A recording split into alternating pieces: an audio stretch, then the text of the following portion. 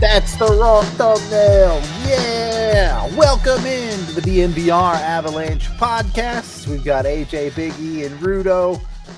It is apparently schedule day around the end. I mean, not apparently. It is the Avs released their official schedule for the next season, which I didn't think was supposed to come out until tomorrow, but it's all good. No sweat off my back. Something for us to talk about. Quite a number of interesting details in the schedule for the Avs. We will also get into their power play and power plays around the league. So a couple of different conversations, but we can start off with the news of the Avs schedule. It is, of course, an Olympic year for the first time in 12 years. The NHL is sending players to the Olympics, so you can see the gigantic gap in the schedule in February. The Avs play just 5 games in the month of February, but there are some other recourses to that happening in the schedule. That is, of course, an elevated number of back-to-backs with less time in the schedule to talk about. The Avs end up with 12 back-to-backs on the season. I know it's just part of the game. I know it's just part of the deal at this point with the way the NHL is run. We're even adding more regular season games in the coming years here. How many back-to-backs is too many? And 0 is a valid answer, if that's what you guys want to answer. Well, 1 is too many. Well, I guess 1. Yeah, 0 would not be too many. Yeah, fair enough. I hate back-to-backs. Eric, I don't know how you felt about them as players. I know I've talked to some players in the last couple of years that don't mind them and will tell me that the 3 and 4 is worse than the back-to-back, but I hate back-to-backs. I think they suck. My take on it, I say it all the time. I'll stick to it. No, it's just a feeling I had when I was playing. I don't mind back-to-backs. I really don't. Guys, we like to play games. We're little kids, right? You like to play games. We hate practice. Don't ever get fooled by telling you someone they like practice. Nobody likes practice. They don't. Coaches do. Yeah, they love it. It's great. You know what I mean? But players don't. You know, it's like, oh, man, you're looking at the clock and, you want to just work on your own stuff. Yeah, that's why guys like optionals, because they can get out there at their own pace. And we all know in the Western Conference, you don't practice much, so it is what it is. But coaches will get their practices in. Now, back-to-backs for me, I always felt great. I always felt better. Next day, you're like, you feel good. You just played. Again, you're doing a back-to-back, and you have plane trouble and time zones, and you're going to bed at 6 a.m. Yeah, I get it. I mean, God. Again, sure. That's a stinky one. It's like, ugh. But if you're just doing a regular back-to-back and, in the hotel by 1 and you're sleeping, it's not bad. I hate 3 and 4. You just said it. I tell Rudo all the time, I hate 3 and 4. I feel that by that third game, especially in the Western Conference, if you're on a road trip and you've hit 3 different time zones and some mileage, and it drains you. It's tough. So I didn't really have a chance to look at the 3 and 4s. It's not that hard to figure out, but you can look at them. But 3 and 4s are tough. Always look at the way after a longer road trip on the East Coast, or you always look at that first game back. You can almost write it off sometimes, you know what I mean, like, and say, oh buddy, that's a scheduled loss. So I don't know, I didn't have a chance to look at that one either. If you have 2 days off, then okay, there's 1 day to recover, it's fine. But if you only have 1 game in between, it's like, see you later, you're not winning that one. But yeah, I don't mind back-to-backs. And I think the Avalanche have been great on back-to-backs. So it is what it is. Yeah. The Avs have one of the best records in the NHL on second halves. So just going through this really quickly, just looking at it, I counted 8 3 and 4s, although one of those is like there's a 3 and 4 right at the end of February where they have a 3 and 4 and then they have a day off and then they play another back-to-back in Southern California. So that's They have That's a 5 and 7. multiple 5 and 7s on this schedule. Like, Yeah. the Olympic break is really going to exhaust some guys. Yeah. And usually, You want to talk those 5 and 7s, the equipment guys are dead by then. It's so hard for those guys, man. It's so hard. Oh, anyway, go ahead. Yeah, no, just talking about the Olympic break. You can see it. It's like 3 weeks long. Yep. We're gonna talk. We're gonna talk a lot about power play units and the configurations, and part of that, I think, a part of our conversation is going to be they need to have an appreciation for the long game this year, and that some of their top guys are going to be participating in the Olympics. A lot of their top guys are going to be participating in the Olympics. Yep. They should really, they're going to be running the risk of running those guys into the ground, just because how many of those guys are going to be going to the Olympics. They're not going to have those couple of weeks off. They're going to get back, and oh hey, they're off the Olympic break, and they have a 5 and 7. And then March is they basically play every other day the entire month. Yeah. So,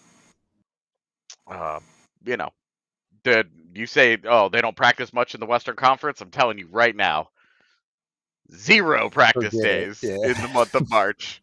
That is going to be optional. The entire month, a day off in between games for those guys, because that's going to be so tough. So, Yep. I think that's going to be part of our conversation today. It's the funny enough, the schedule release going to tie into our power play conversation. It will a little bit. You better have it locked in, because you ain't going to get to practice it too much. A couple of oddities about the schedule. Avs' longest homestand this year is 7 games in the middle of January. Their longest road trip only maxes out at 4. So no crazy psychotic road trips like we see some years where they're on the road for 2 weeks or something like that. Obviously the players going to the Olympics will be in Italy for a couple of weeks, but for the actual schedule, no crazy road trips. But maybe the more shocking thing is, Tiff put in the chat already, 18 matinee games, 18 afternoon games. Some of these games have 12:30 local starts on the East Coast. So I hope you're a morning person if you like watching Colorado Avalanche hockey. I'm sure our European fans will absolutely love the schedule this year.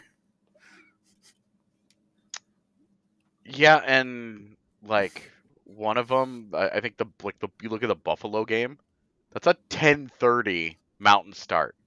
Yep. And they're not out on the East Coast in any time. They play at home against Dallas on the 11th. They'll leave the next day to fly to Buffalo, and then they have a 10:30 a.m. Mountain start. They're losing that game. Like, it's too. That's I don't even know what to say about it. Time. Yeah. Which one again? Which one again? I'm looking at it right here. Which one again? The Buffalo on October 13th, a 10:30 a.m. Mountain start. October. So October. that's even then. Even at 12:30 Eastern start, 12:30 local time. That's so early. And you're playing Saturday night at home, so you're not in bed till 12, 1 o'clock, which is 3 in the morning, Buffalo time. That's a tough one. And you're getting up that day. Your body clock hasn't adjusted, so it's 10:30. So that's a tough one. Well, and they have, you look at December 6th and December 7th, they have a 10:30 Mountain start at the Rangers and 11 a.m. start at Philadelphia the next day. Mountain, not local. Yep. So those are also early, but they will have been on the East Coast for a few days by then, because they play the Islanders at a normal time a few days before that. So, yeah, we always talk about how we like afternoon games, we like matinee games, because we work. And it allows us to, like, done with our work by 5 p.m. Yeah, instead of 3 in the morning or some nonsense. It's like we're like often, we're scurrying about with the rest of our day. But I mean, 10:30 that's early. That is an early start, and they have 3 of them this year. They 3 do. East Coast games where they play at 10:30. Oof. Sorry, 4. No, 3. No, it's 3. I'm looking through 2, 3, 4. Yeah, that's really early, man. 5, 6. Only 5 of the matinees are at home, so 7 on the road. A lot of them on the East Coast. You did mention no really long road trips for them this season. They do have one really long homestand. They have a 7-game homestand in January. Yep. That which includes multiple matinee games. So get used to that. Well, and like the list of those teams: Ottawa, Columbus, Toronto, Nashville, Washington, Anaheim, Philadelphia. You better win 5 of those. You got to make hay on that homestand for sure. This comment speaks to my soul. Now that I moved to the Eastern time zone, I'm going to appreciate these early games a little more. Yes, sir. Yes, sir. Well, the last game of the season starts at 8:30 local, as does the first game of the season. So don't get too excited for those early games. You're going to have some late nights interspersed in there as well. You've been warned. Just put it to you that way. We were talking before the show. It does feel a little bit like this schedule is intermixed. When you play in the West, you often see a lot of these big swing road trips and things like that. It doesn't feel like the Avs have as many of those. There are some, but you look at a back-to-back in November. They play Tampa Bay at home. Then they go do the Edmonton-Vancouver thing on the West Coast. But then they come back after those 2 games. They don't hit the extra Winnipeg like they often do, or they don't hit Seattle on that trip. A lot of quick, shorter road trips, or maybe some road trips with some weird teams in there in December. You see them do the Islanders, the Rangers, and Philadelphia, but then they end that trip with Nashville randomly. I don't know. The scheduling for the travel just feels a little bit weird to me this year. Yeah, I mean, had longer pockets on last year. It felt like they have a couple 4-gamers. I think, is that the longest 4-gamer that I saw? 4 is the longest, yes. Yeah, that's what I mean. That's not bad. Remember last year they had I remember one of them was 7, if I remember. I think maybe that longest was 6 or 7, yeah. Or it was 9 out of 10, or it was they had it was like 12 of 17 games they played on the road at one point. Like they were on the road for like all of December. It was ridiculous. Not the case this year. No, it's a good job. They did a good job, I think. I mean, again, it is what it is. Look at that big giant hole in the middle of the screen in February. I mean, it is what it is. That's yeah. Also, gotta work around it. Something that I think is interesting is that 3 of their 4 games against the Jets are in March. So if we're talking about seeding implications, yep, that's a big one. But none of their last 5 games are against the Central Division. They finish up with 5 games against the Pacific. Certainly, of those last 5, Vegas and Edmonton could be interesting games for conference seeding. But you're not wrong. We start looking at those games and we're having the conversation about who even is playing in those. True, our team's resting guys and whatnot. Yeah, because you remember the Avs were pretty much locked into their seed for the last 6 games of this past season. So they were just like, whoa, yeah, we'll rest these guys. And then how many players have we played? Cale Makar never stopped resting once the postseason started. Unfortunate. Boo. I agree. Boo. Somebody's going to get booed. We do have a little bit more schedule to talk about here, and then we'll jump into our power play conversation. But first, we got to pay a few bills. So let's make sure we're doing our job on that front here. You know how it is. Gotta do the job. Maybe. Any second now, we'll do the job. Yeah, there we go. Empire Today. Go get yourself a good floor.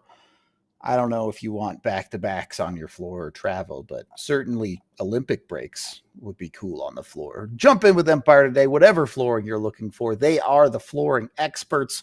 You can get hardwood, tile, carpet, you name it. Empire Today has you covered with the best products out there. You can go online and use their online tools at empiretoday.com/DNVR, or maybe more importantly, you can schedule a free in-home estimate today, because some things are just better at home. You can have them come out, bring pieces of flooring out. You can see it in your space with your furniture. You can jump in, and those DNVR listeners that are listening to me right now can get $350 off with the DNVR code, or heading over to empiretoday.com/DNVR. You heard that right. $350 off with the code DNVR. Of course, restrictions apply. Visit empiretoday.com/DNVR for full details. And you can always call 1-800-588-2300. Empire. Once you got your floors set in from Empire Today, make sure you're also getting with First Bank. If you're looking for the banking that plays at your pace, whether you're tailgating, grabbing halftime snacks, or catching the game from the couch, First Bank is in your corner. With their secure, easy-to-use mobile banking app, you can check your balance, split the tab for stadium nachos, and stay on top of your money anytime, anywhere. It's like having a financial MVP in your pocket, and here's the play that pays. You could earn $300 when you open your new First Bank checking account. Use it to score tickets to your next sporting event or whatever keeps your game day going strong. First Bank makes managing your money feel like a win. No games, just solid tools to help you stay in control right from your phone. Ready to take your banking game to the next level? Head to efirstbank.com/bonus. That's efirstbank.com/bonus. Of course, certain restrictions and requirements apply. Member FDIC. Second period of the DNVR Avalanche podcast. The schedule. Let me ask you guys this. Obviously, with modern analytics, we have a lot more numbers and data and tools on things like this, where people like to dive into difficulty of schedule based on number of games left to played, quality of opponents. How much investment do you guys actually put into quality of schedule and things like that affecting a season? And how much of that is, yeah, it matters a little bit, but ultimately every team's got to play 82 games? Have at it. Yeah. I don't pay attention to that. I don't, never have, never will. Everyone's got their tough stretches in there. Everyone's got their easy stretches. Once you have that schedule, which is right now, right in front of you with the beautiful Kale McCarr right there, best player on the planet. Take that, AJ. I'm kidding. I know you're not a hater. You love him. I'm kidding. But I'm saying to the right of Kale there in front of us, it all looks great. It looks fine. And this, you'll, like I said, we've been touching on a few things. Coaches will look at a few things and hate a few of those areas. You haven't had one injury. And again, I'm not talking Avalanche. I'm talking about any team. And then, injuries do happen. Sometimes for some teams, it happened at the wrong parts of the schedule. And you're like, are you kidding me? You know what I mean? Like, are you kidding me? And this is where guys are hurt, and then you got everyone hurt, and then it's the toughest part of your schedule, and you really have no chance. So that's why I say, you cross your fingers. Every team's hoping that, if someone's going to get injured and miss 3-4 weeks, well, they would do it right before the Olympics, right there in that game against Detroit. You know what I mean? Because, wow, the guy's out 4 weeks, but he's missing 0 games, or 1 game, or, you know what I mean? So I think it's very important to see and where you do have injuries, you know what I mean? Because unfortunately, we all see it often with the Avs, you know what I mean? Where last year it was at the start of the year when they were having, unknown with Val and Gabe and all that kind of stuff. And all of a sudden everybody went down, you know what I mean? We all knew Lucky was going to be down. So that was kind of a tough stretch. And so I think, I don't pay attention on strength of schedule or whatever it is. You got to play 82 games, go play. Some guys have more back-to-backs. Some guys have less. Some guys have afternoon. I mean, it is what it is. The only thing I'll say, and I'll fight anyone that wants to fight, that's fine. We'll meet up at the DNVR bar or take a sandwich first, and Chef Rob can give us a nice Ralphie or something. And then, because I lived it, You cannot compare a schedule from the Eastern Conference to a schedule to an Eastern Western Conference team. I've lived it. I am telling you, it is not comparable. It's just not. Ray Bork will tell you. 20 years in the East, and all of a sudden he goes to Colorado. He's like, "What is this? What is this?" You know what I mean? Just like when I end up in the Eastern Conference, it's like, "Oh my God, you laugh because it's so easy." I'm talking about not the hockey. I'm talking about the mileage and the toll on your body. It's so different. So I don't worry about strength of schedules. I just hope that I don't get injured much and I can fight the tough areas of the schedule, hopefully with a full lineup. A great thought. Zero faith that the Avs can actually stay healthy, though, given the last couple of years. Yeah. Knock on wood. Knock on wood. Yeah. It's never easy. Never easy. My only other question on the schedule for you guys. Have either of you ever been to Milan? Nope. No. I know Milan Hajduk, but I don't. I've never been to Milan. Just Milan's Milan's not house. that far from Czechia, I guess, relatively. Yeah. Well, a bunch of hockey players are going to get to go to Milan this year. That's for sure. I am curious how much that does affect players.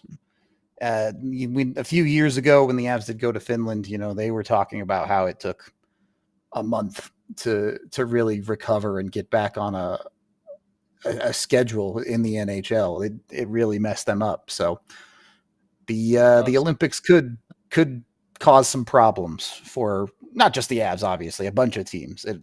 Great point. We'll see what the Great quality point. of hockey looks like. Yeah. Great point. With that said, Tiff, I'm going to make you turn the dials up a little bit. Can you go back to that graphic there of the schedule? And if you're looking at it, you come back from Milan, Italy, not Milan's house in Colorado. You have a 3-4 right off the bat. Good luck. Good luck. Gonna That need your game. depth to step up on that one for sure. Yeah. Some teams won't have guys at the Olympics. We all know that. We all know the Avalanche will have a boatload. So, I mean, it is what it is. But I'll tell you one thing. Yeah, you're talking about your body recovering from that. And look at that, 3-4. Then you got back to back. Then you got 1, 2, 3, 4, 5, 6, 7 games in 13 nights, right? So it just doesn't stop, right? So good luck. You better take your rest now. You know what I mean? If you're the guy on the schedule there, Cale Makar, you better get your rest now because Yep. this is a tough task. And then you're talking about wanting to go 2 months in the playoffs. So yeah, I mean that's a high. And then if you look at the Florida Panthers, they're the ones that went the longest with Edmonton Oilers. Like yeah, so their summer was shorter, by almost 2 months from the Avalanche. Let's say. Yeah, there's a big difference. It adds up, guys. It does. It adds up. So go back to your thought. Thank you, Tiff. You want rest? Win the round 1 series in 4 to get a week off. All right. Yep. It's that easy sometimes. All right. Any final thoughts on the schedule, boys, or should we move on to the power play conversation? I like that they play the Red Wings games back to back. They play them at 11 a.m. on the 31st in Detroit, and then a day off, and then they play them again on February 2nd in Colorado. I like it. It's a little hate week. That's fun. 48-hour hate boner. Got it. Okay. Yeah, and then what's his Gross name? way to put it, but it's pretty accurate.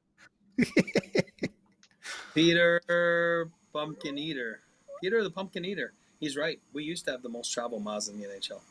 And that hasn't come out yet. That is usually, I like to look at that stat because it's ridiculous. I play in LA, I play in Colorado. They usually were top 3.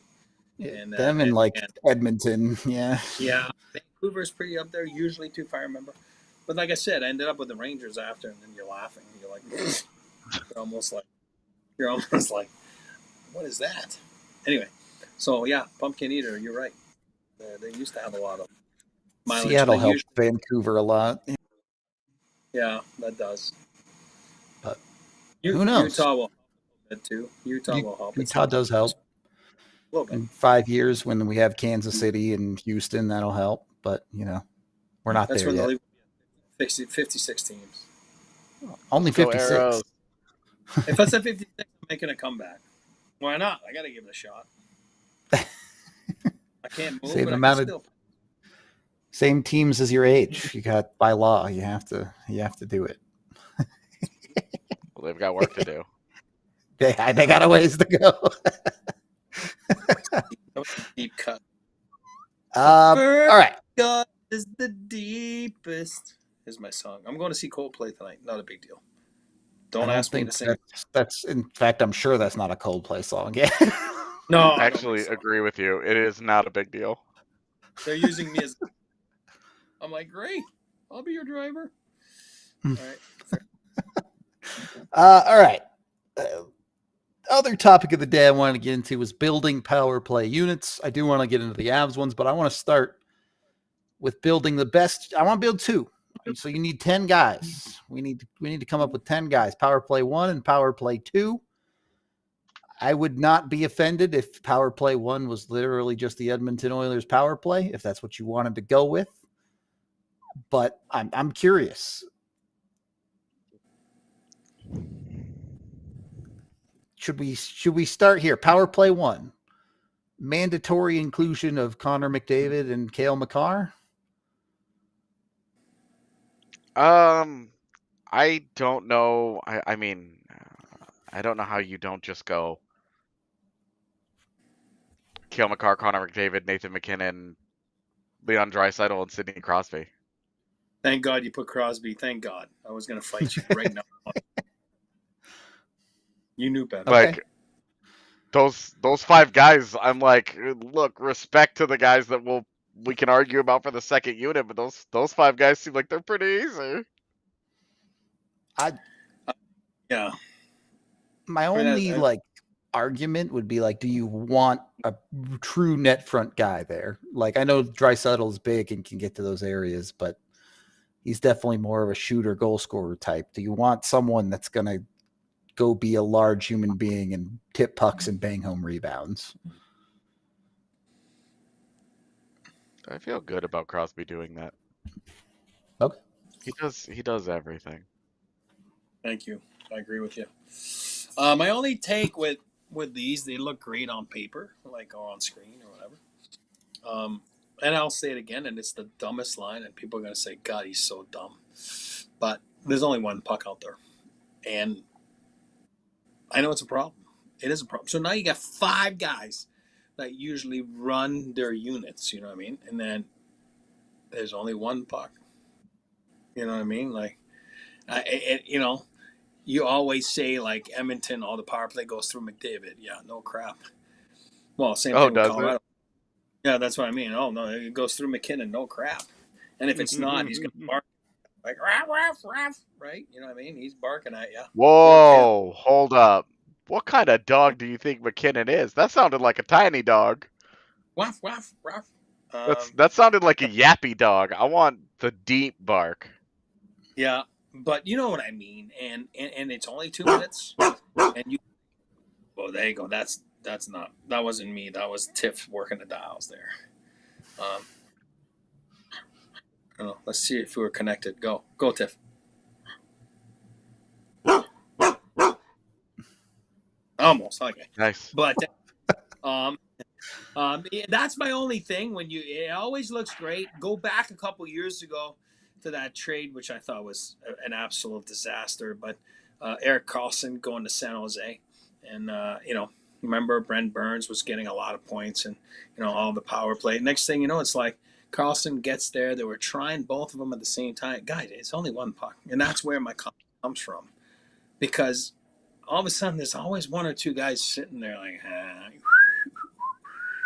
and they're like, it's almost like a receiver in football when they get mad because they're like, oh, he doesn't throw me the ball. You know what I mean? Like, and I get that, and I don't know football, but I understand. A lot of plays are not going through you, or you're being double covered or whatever, and then it's like, but in hockey, man, like, it's a reactionary game, and then guys want the puck. So I think 5 guys like that. That's my only concern. It looks beautiful. It'd be fun to see. You know what I mean? Well, you almost get that almost in those Olympic years. You know what I mean? So Yeah. I mean, think about the guys we just talked about. They're all on Canada. Oh, not a big deal. That was not intended. You know, not intended. Except for Draisaitl. So my question with that unit then is, who's the center? Whichever one is best at faceoffs. So not without looking, McKinnon. I'm just gonna assume it's Crosby.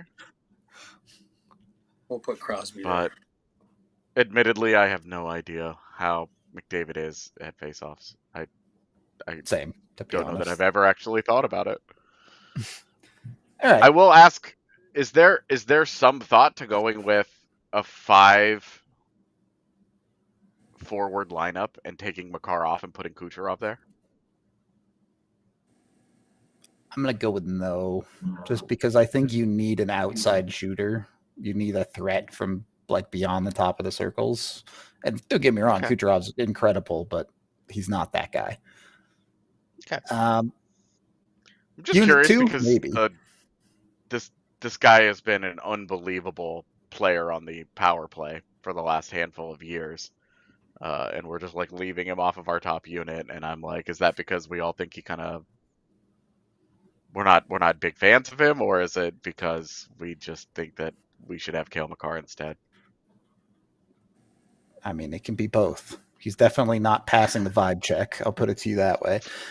Yeah, it's true. We'll probably put him on unit 2, though, which we'll figure out in a minute here. We do need to pay a couple of bills before we jump into our second power play unit in the NHL, as we are brought to you by the official vehicle of us here at DNVR and the official vehicle of the Colorado Avalanche in Toyota. Go get yourself a Toyota today. They have all sorts of vehicles. Trucks have been in their DNA forever. They've got SUVs like the 4Runner, the RAV4. They've got sedans, if that's what you're looking for. 17 different models with all-wheel or four-wheel drive, so they keep you on the road, connected, good to go, no matter the weather. And they also offer more low and zero-emission vehicles combined than any other automaker out there. 16 different hybrids to choose from. They even have hybrid trucks like the Tundra iForce Max, if that's your thing. You can jump into whatever vehicle and command the road and the trail when it comes to Toyota. So go head to your local Front Range Toyota stores, including AutoNation Toyota, Rathbone Centennial, Corbin Toyota in Boulder, Groove Toyota in Littleton, Mountain States Toyota in Denver, Stevenson Toyota East in Aurora, and Stevenson Toyota West in Lakewood. Jump in with the official vehicle of DNVR, Toyota. Let's go places. Once you got yourself a Toyota, you're driving around, living the dream, make sure when you get home, you crack open a Coors Light and choose chill. Summertime, baby. The weather's hot. You need to cool off. The ice cold. Blue Mountain Coors Light. Mountain Stern Blue on the bottle or the can to let you know it's ready to drink. And the coolest part is you don't have to hop into your Toyota to go get it. You can stay at home, get yourself to CoorsLight.com/DNVR, and Instacart will deliver it right to your front door. So jump in with them. Go choose chill, whether you're out in the backyard grilling or maybe you're at home watching the Olympics in February. Anytime is a great time for a Coors Light. Make the most out of the times you choose to chill and choose Coors Light. Again, get a Coors Light delivered straight to your door at CoorsLight.com/DNVR. Of course, drink responsibly. Coors Brewing Company, Golden, Colorado. Third period of the DNVR Avalanche podcast. Unit 2 around the league. So you take away those top 5 guys. Who's making up Unit 2? Let's start with the defenseman. First of all, are we having a defenseman? I would, but would you guys run 5 forwards on Unit 2? Well, let's see. You're muted, Let's AJ. see. Let's see who's making the cut. I would put Hughes there. Quinn Hughes. Sorry, not Luke. No, not Luke. Yeah. No. I'm fair with you. Love Quinn Hughes. I love Quinn Hughes. So, but no Quinn. Yeah, I mean, not Luke. I mean, I like Luke, but not for this. Is there even like the only person who competes is Bouchard? Maybe.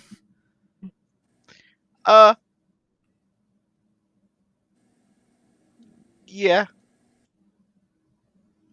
I guess I don't. I'm good with Hughes for the record. It's fine, but yeah, I guess I don't know who else I would. I mean, I think it's a little early to be putting Lane Hudson there, but he was so good that Look, oh, I at least next want year. to.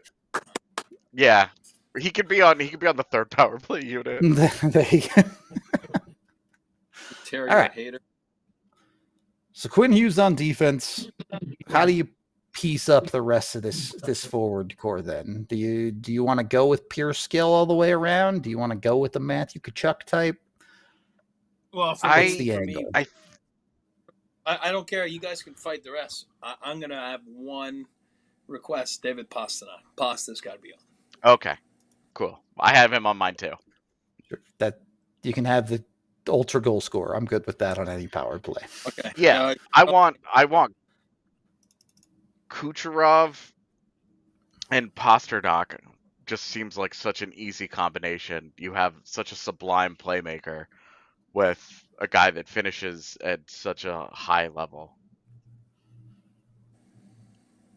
Yep, I have no argument with either of those. It feels easy to put a super setup man and a super goal scorer, but you still need a center then. Yeah, so right now we're at Quinn Hughes, David Pastrnak, Nikita Kucherov. Oh God. Let's. We're not even talking Sam. Braden Point or Austin Matthews? Come on, Sam Reinhart. Come on. I think with Pastrnak, I think I would go Point over Matthews. Yeah, I'm a Braden Point guy over 100%. And again, that's just there's so many good players, man. Let's see. I don't know what to. I feel like we can't. Like, are we really having a conversation about Kirill Kaprizov versus Mikko Rantanen for the 5th spot? Maybe. Let me look up some stats here. All right. So statistically, post-COVID, it should be by points. This is by points, so take it with a grain of salt. It should be Panarin or Mikko. Yeah, I knew Panarin was gonna be up there. I feel like Panarin and Kucherov are so redundant. I think that's fair. I kind of have the same problem with Clayton Keller, honestly. That he's just kind of redundant to. I mean, Kucherov. You're probably getting a redundant forward no matter what you do to a certain extent here. He's the 4th forward. Yeah. I don't know. I want to get rid of Point, and I don't give a hoot about the face-off in the center position, and I want to go with Rantanen and Kaprizov, but I know I'm going to lose, so that's fine. It's very adsy of you to not care about the face-off. Do we know Marty was top 4 last year? Last year he was. Yeah. That's crazy. I'm not putting him there either. Some other options towards the top over the last 5 years. Stamkos, you're definitely not doing that. JT Miller, probably not doing that. Willie Nylander? Willie Styles, my God. Love him, just not for this. I mean, there's just other guys. Like, I love Willie Nylander. I'm not putting him there ahead of Kaprizov. Kaprizov is a monster. All right, 3 more that are technically ahead of Kaprizov. Sam Reinhart, Mitch Marner, Matthew Tkachuk. I'm not going to put... Go ahead. No, I was like, I'd throw Matthew in there just because I like his underrating playmaking ability, because we always talk about his annoyingness. But well, and he's mean in front of the net, and like he gives you a little bit of that dimension that a guy like Mikko or Kaprizov wouldn't. Yep. But I'll let you go.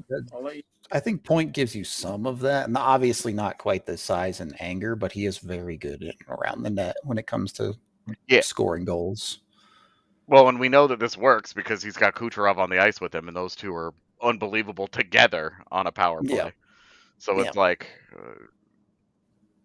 and I think that would be my annoyance with choosing either Reinhardt or Kachuk, is if I'm going to choose one, I want to choose them both because they're so good as a package deal. I can't choose Reinhardt just because his entire power play existence is based off of exactly one play. It's a really good play, though. He makes it work good play every time, but if I have a power play unit that includes pieces like Pasternak and Kucherov, I would like a little more creativity. Yeah. I don't know. I mean, who do we put there? You guys got each one guy, because I got my guy, Pasternak. Well, we already had him, but still. I'm good with Point and Kaprizov. I mean, I definitely don't think you can do Marner. You're kind of making a really small power play at that point. Can you pull the goalie and put Mikko out there? So I was going to ask you guys for an 11th forward after we finish this. It has to be Mikko. I mean, it just that he's like, if we didn't need the center so much, I would be saying there's no way we could put Braden Point out there ahead of Mikko. But we do need a center. Okay, so Mikko 10, Kaprizov 6th man. I honestly, Mikko wins more faceoffs than Braden Point does. Do we need it? Yes, I'm saying we need a center. All right, fine. I'm biased. I hate leaving Mikko out of this. Then put Mikko at 10 and make Kaprizov 11. There you go. Perfect. All right, I'm all for that. All right. Poor Tiff. She's the one I feel bad for. Okay, so Mikko makes a list, and Kaprizov is the extra forward. Yeah. For both units. Yes, for both. AJ's going to have regrets about this on Twitter later today. I'm literally rocking back and forth right now because it's like, okay. All right. Let's make this easier. Let's flip over to the Avs power play units. You're Dave Hackstall. You have free reign over the Avs power play units. We're going to go ahead and make the assumption, for the sake of content for our show, that the Avs actually want to use 2 power play units this year. First one. Can I be somebody else? Yes, you can be not Dave Hackstall. That's fine. That's what I'm putting on all of my name tags forevermore. Not Dave Hackstall. The Avs first unit, probably wouldn't expect too much change. Obviously, Makar and McKinnon are going to be on that unit. But how do you divvy this out? Obviously, Nichushkin has spent a lot of time on that unit. We've seen Lehkonen spend time on that unit. But you have Gabe Landeskog back this year. Does he make it onto that unit? I'm seeing a nod from AJ. Yes. For me, Landy has to be there. I know that people, no. Landy has to be there. Netchus has to be there. Okay. Can we take bodies from last playoffs or no? No. You cannot take last year's playoff bodies. Yeah, no Jonathan Duran. So that leaves essentially one spot for Nichushkin, Lehkonen, or Nelson.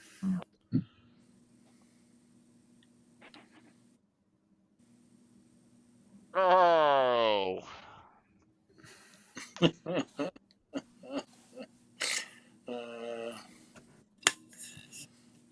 What do we think, boys? All right. Can I give you my thoughts? Yeah, of course. Please. It's a podcast. I appreciate that. Is Tiff manifesting the Sidney Crosby trade right now? Oh, God. Take that back. I love that. Here's my take. My take is, and I've lived at Sakic, Forsberg, and again, I'm telling you, you need a goal. There's 42 seconds left. You got a power play. Like, yeah, you know what? I don't want to hear about PP Unit 1, PP Unit 2. Everything goes out the window. Put your 5 top guys right now that you feel can go get you that goal. Okay, that's the way I look at it. That's the way I would want a coach to coach. Friend of the show, former Avs coach, 96, Mark Crawford. You can ask Joe Sakic. He'll tell you. Best bench guy we've ever seen. I'm talking about reacting on the spot, what needs to be done, who's going. Oh, this guy's not going, then you have a seat and Rudo's going, and then Rudo pots the game winner. Does that mean that next time Rudo's on the power play? No. But at that time, it's called feeling your bench. You know what I mean? Knowing what to do. So for me, I don't even go Makar McKinnon together. I split them up because there's one puck. That's why I said you guys gonna hate me, and I can see AJ hating it. Like I lived it with Ozo. You know what I mean? And on a different power play than Peter. You know what I mean? Where Peter wanted the puck, wanted to go. Being the guy that makes those decisions. That's for me. That's Cale Makar. And I feel that McKinnon wants to be that guy. He's the one that wants it. You know what I mean? And sometimes Cale's sitting there. So for me, I split them both. For that reason. Because for me, McKinnon, you can just have a tase there. It's all good. You know what I mean? It doesn't matter. And then that's how you're going to split 2 power plays. I'm telling you right now, by the end of the year, you're going to have more production on your percentage-wise on your power play than what we've seen this past year. You know what I mean? Where all of a sudden they go dry like they did in the playoffs, and everybody's starting to do their own thing. And I don't care. I don't want to hear about coaching, or that's not going to change. Ray Bennett or Dave Haxtell. It's your personnel that's on the ice that's going to make that happen. And for me, that's what I would do. And again, I would put, Devon Toews with McKinnon, and let's say, 13 in front of the net. That's my net front. I can have, Natchez with, or leave Natchez with those guys, and then put Gabe with Makar. And who am I missing right now? See, I knew it. He was gonna give me some eyes right now. He's giving me the stinky eye. I can feel it. But that's for me. You get up again. That's why I said, can I add more guys from the playoffs last year? I do believe that this is not a complete lineup for the Avalanche right now. So I think my theory works a little bit. My theory works more if we have a better lineup, which we all know this won't be the final lineup. So that's the way I do it. That's the way I would do it. And again, I'm all about 2 PPs. I'm all about competition. But I don't need to have a power play. Loading up. For me, loading up really hasn't gotten us anywhere in the last 3 playoff series. Makar and McKinnon together. So my idea is not that far-fetched. It's not that stupid. And I'm not saying AJ's calling me stupid, but he is. I can take it. It's a joke. But I split them up because there's only one puck. And I just feel sometimes Cale is caught between a rock and a hard place, and he's looking left and he's like, oh God, maybe I gotta give it to him. You know what I mean? And I felt Mikko was on the other side. It's like Mikko's sitting there like, please give it to me. You know what I mean? And it's like, oh God, where do I go? You know what I mean? And so that's the way I would look at it. So I'm not afraid of my opinion, but that's how I do it. Then again, you got a lot of at your disposition, with Nelson and Lecky and obviously Gabe now and guys like that. So I do believe you can do that. And that's what I would do. I mean, power to you. I would never do that.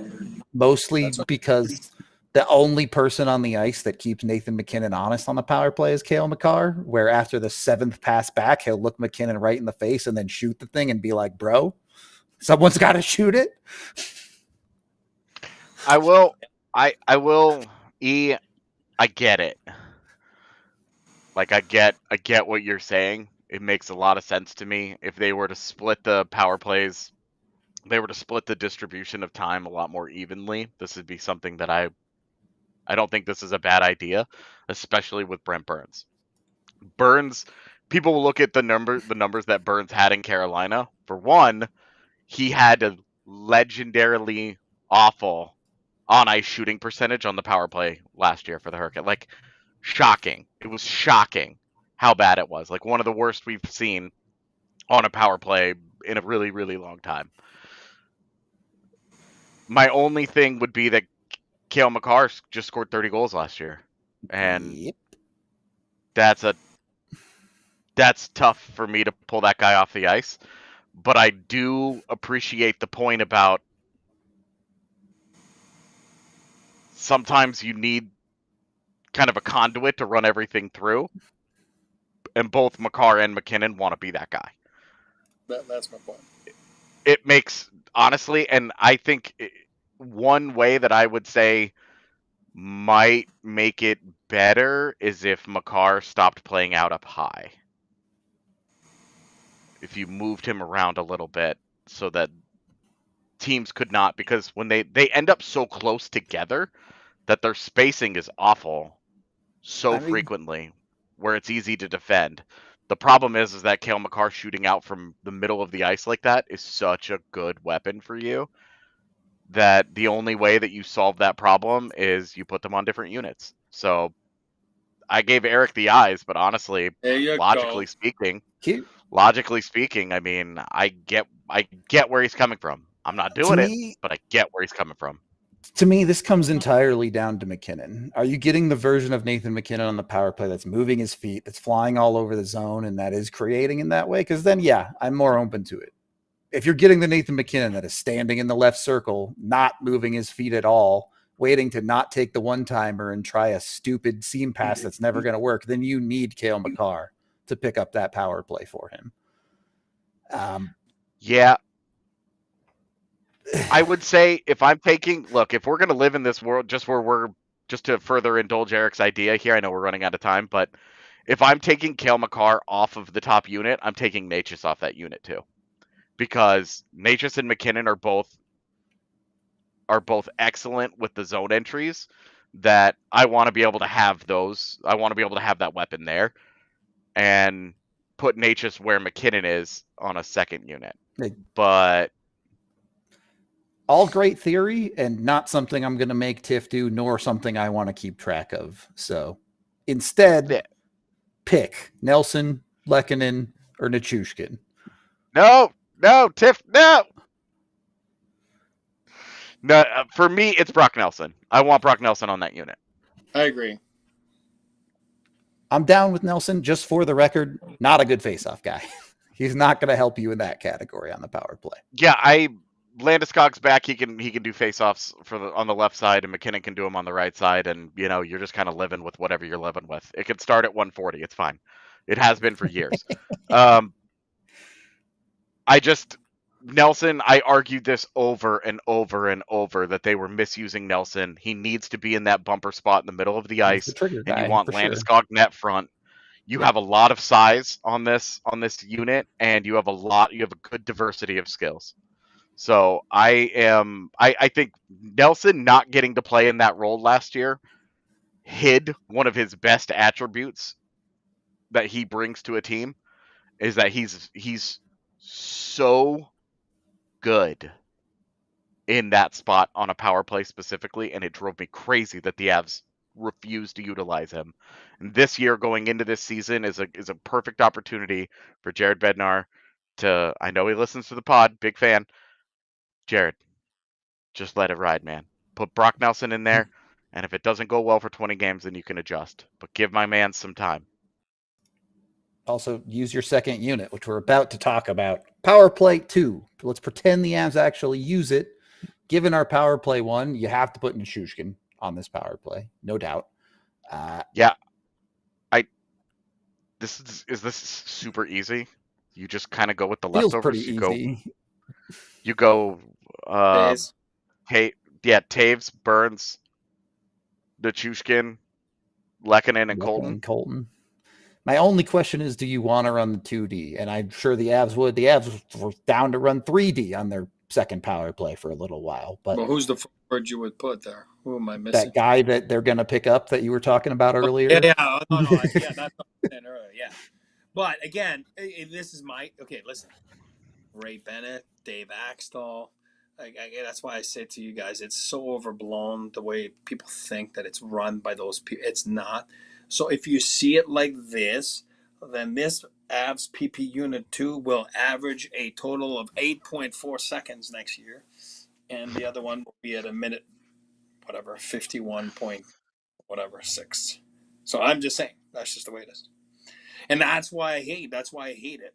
So if you're looking at it like this is averaging 8 seconds a game, and the other one is 152. That's why that was my point earlier. And again, I want to win games. I want to win games when it Get matters it? in the play. That's why I'm like, I want to win games when it matters in the playoffs, and I just feel that I'm a big fan of 2 PP units, and you compete, and it's a minute or get off the ice. Please get off the ice. It doesn't Can work. But can I make a quick argument that Taves shouldn't be on this unit and Gerard should be out there with Burns? I was gonna say G should be in there too. Whatever. If we're trying to Look, you cut minutes. cannot go and get Brent Burns and not have him on this unit. I It agree with that. it makes I no agree with sense. that for sure. It makes no sense to go get Brent Burns and don't put him out there on a power play unit. So he's No, I either agree. he's either with McKinnon on that top unit like Eric talked about earlier, where Makar and McKinnon are split, or he's on this unit. But I wonder if the better just let Taves have that time off. Just let him chill. No, you want him to kill penalties, then you want him to be there 5-on-5, play 25 minutes. I get that. Yeah. Again, I love you guys know me. Yeah, so for me, that's what I care about. I don't care about the rest. Yeah, my initial plan going in was Burns to beat the solo D on the second power play unit. To be honest with you, if you really want to get Taves time out there, they can do the thing they always do, where Makar skates off early and Taves can take his 30 seconds, and then Burns can jump on with the second unit or whatever it is. But yeah, I'm definitely down for the no Taves angle on the power play. It's just my thing. It's crazy to me. The one thing that I think you can make Sam Girard is not a shooting threat on a power play, and that sucks. Did you guys know Evan Rodriguez has more power play points for the Avs over the last 3 seasons than Sam Girard?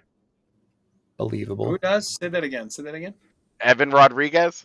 Because the second unit doesn't play, man. Yeah, and yet somehow Devon Taves also has more, but we're talking barely. He has 15, Devon Taves. 15 power play points over the last 3 years. Sam Girard has 10. There's a good argument to be made that combination that they do isn't very good. They don't play. Don't play. Yeah, and I hear you, and I think that it gives credence to your idea of splitting Makar and McKinnon if it will solely to inspire my point. Jared Bednar to, okay, well, I've got Makar on the bench here. I got to get him out there. That unit's not going? Great. Let's get him out there. Roll, baby. That's just my Eric, thoughts. I'm coming around more on this the more I talk about it. The more I say things out loud, the more I'm like, I think he's right. Betsy might never talk to me ever again, but that's okay. That's just my thoughts. Excuse me. My one concern with that second power play unit as currently constructed, I do wonder a little bit about the finishing ability. You would really need Ross Colton to finish well. Nichushkin is a weird conversation when it comes to his finishing ability, because he is a good finisher, but I don't think anyone here would say he has a great shot or anything. No. And then Lehkonen, despite the anomaly that was last season, is not that guy. Yeah, what I like, though, is that Brent Burns gets a lot of pucks through traffic. He gets a lot of pucks on net. And with both Lehkonen and Nichushkin, they're elite puck retrieval guys, and they're both really good around the net. So you're talking about guys that are fighting for rebounds, guys that are going to pick that trash up, and they're going to find a home for it. And I think that's something that I am.